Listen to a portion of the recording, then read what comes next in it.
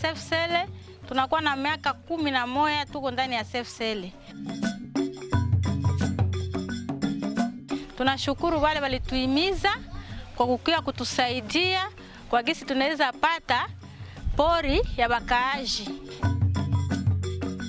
Tena ile pori yote ya bakaaji kisi tunapasha kuigabula. Tuko nafasi ya kulima, tuko nafasi ya kukata miti, tuko nafasi ya kutambikia. Ile fasi yote inaomba tunachunga mazingira ya ile fasi yetu juu batoto yetu wakati watazaliwa baone kila kitu yenye iko ndani ya ile pori, ndio intérêt yetu. La foresterie communautaire devient de plus en plus une réalité en territoire de Walikale, en province du Nord Kivu, en République démocratique du Congo.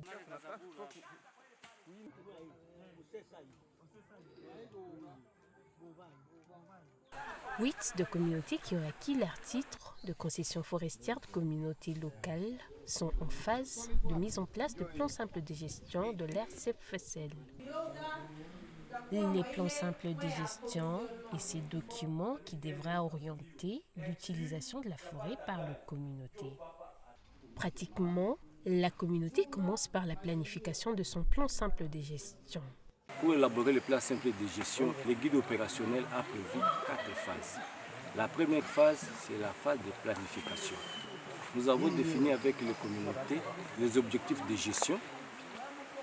Après, nous avons fait l'analyse des ressources et puis la discussion des compétences. Sisi wamama tumepata faida sababu tumejua jinsi tunapaswa weza kuchunga pori yetu, kuchunga mazingira, na tumejua faida ambazo tunaweza pata kwa kuchunga pori yetu. Tumejua kazi ambazo tunaweza tumika wamama na wababa pia, sawa vile kazi za mlimo zinaweza fanyika humo, kazi za uvuko zinaweza fanyika humo, kazi za mikono, mna kamba za kusuka vikapo, vitunga, vile kujenga manyumba. Hizo zote ni kazi zinapatikana katika ile safe cell yetu. La communauté fait également l'état de lieu de ressources disponibles pour rester pratique en ce qui concerne les attentes et la mise en œuvre de son plan simple de gestion. La communauté se dirige ainsi dans la forêt. Ici, accompagnée de techniciens des structures qui les accompagnent, la communauté y passe 2 jours. Elle effectue la collecte de données socio-économiques, l'inventaire multiressources et collecte des données sur le microzonage. Ici, nous sommes en pleine forêt dans la CFC Batiri-Nyabayo-Uchi, où nous accompagnons la communauté à pouvoir mener les différentes activités pour arriver à l'élaboration des plans de gestion. À cette étape, la première étape, nous avons fini d'abord avec l'étude socio-économique. Maintenant, nous sommes à la deuxième étape où nous sommes en train de faire les inventaires avec les membres de la communauté et nous procédons aussi au microzonage. Hapa tuko tunafanya kazi ya huku pori yetu ya kuweza kuchunga pori yetu. Hapa sasa tunafanya kazi ya tunatega butai ya kuua ndege. Tujue aina gani ya ndege zilikuwa ndani ya pori yetu. Kwa tulienda tulikuwa tulihesabia tunaona makondo na njia za nyama. Hii kazi yetu tunafanya tutasaidia kwa kuandaa kitabu yetu ya pori ya wakaaji.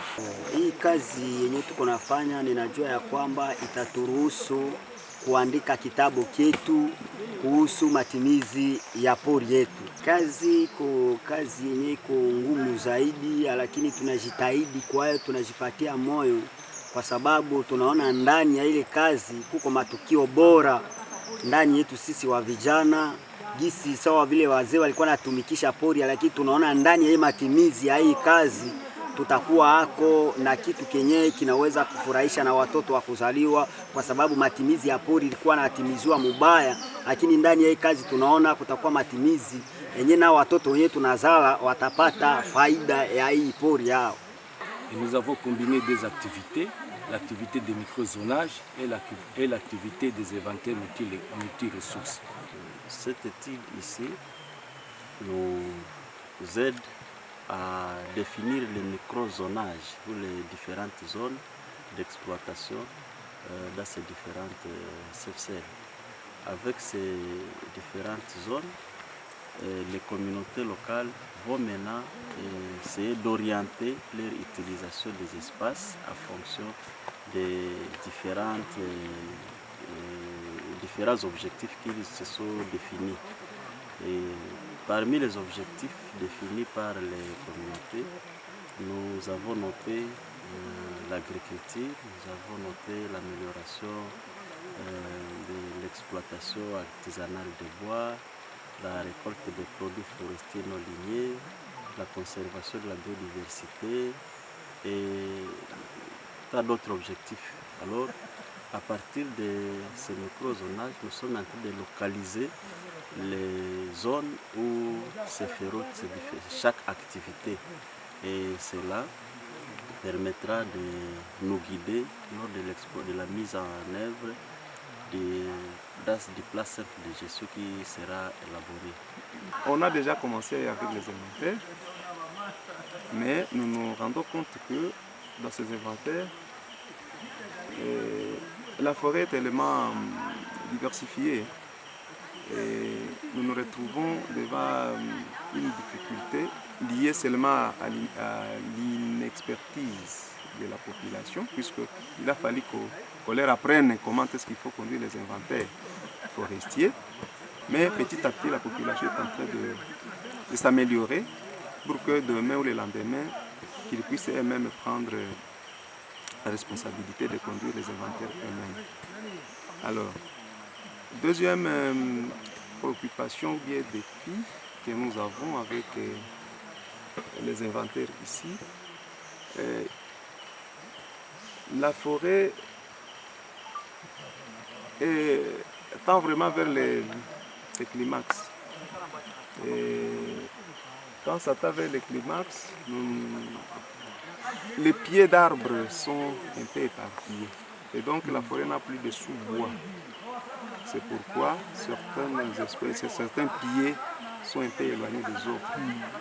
Alors ça c'est aussi, peut-être on peut croire que dans un hectare il n'y a pas assez de pieds, mais cela est dû à l'âge de la forêt. La forêt vraiment tend vers le climax, raison pour laquelle il n'y a pas de sous-bois et par conséquent le nombre de pieds diminue. Et normalement, le guide opérationnel parle des taux de sondage. Et pour la CFCL que nous accompagnons, par exemple la CFCL Nyabayou, Biroui et Nyabayou Uchi, lorsque nous observons, nous interrogeons les guides opérationnels, cette CFCL a une superficie de près de 30 000 hectares. Elle se trouve dans la fourchette de 1,7%. Et lorsque nous faisons un petit calcul, nous voyons que le taux de sondage, selon le guide opérationnel, devrait être près de 510 hectares. Donc on devrait mener les inventaires de 510 hectares. Ça constitue notre défi majeur parce que nous sommes limités par le temps. Couvrir 510 hectares dans un temps, lorsque nous faisons des calculs, nous pouvons faire 6 à 9 mois dans la forêt pour couvrir les 510 hectares. Ayant des éléments sur toutes les ressources disponibles et les modes de vie de communauté, la communauté définit ainsi les usages et règles de gestion en définissant l'affectation de terres avec des règles de gestion applicables à chacune des zones. Tous ces éléments poussent alors la communauté à l'élaboration de son plan simple de gestion qui, avant utilisation, doit être approuvé par l'autorité.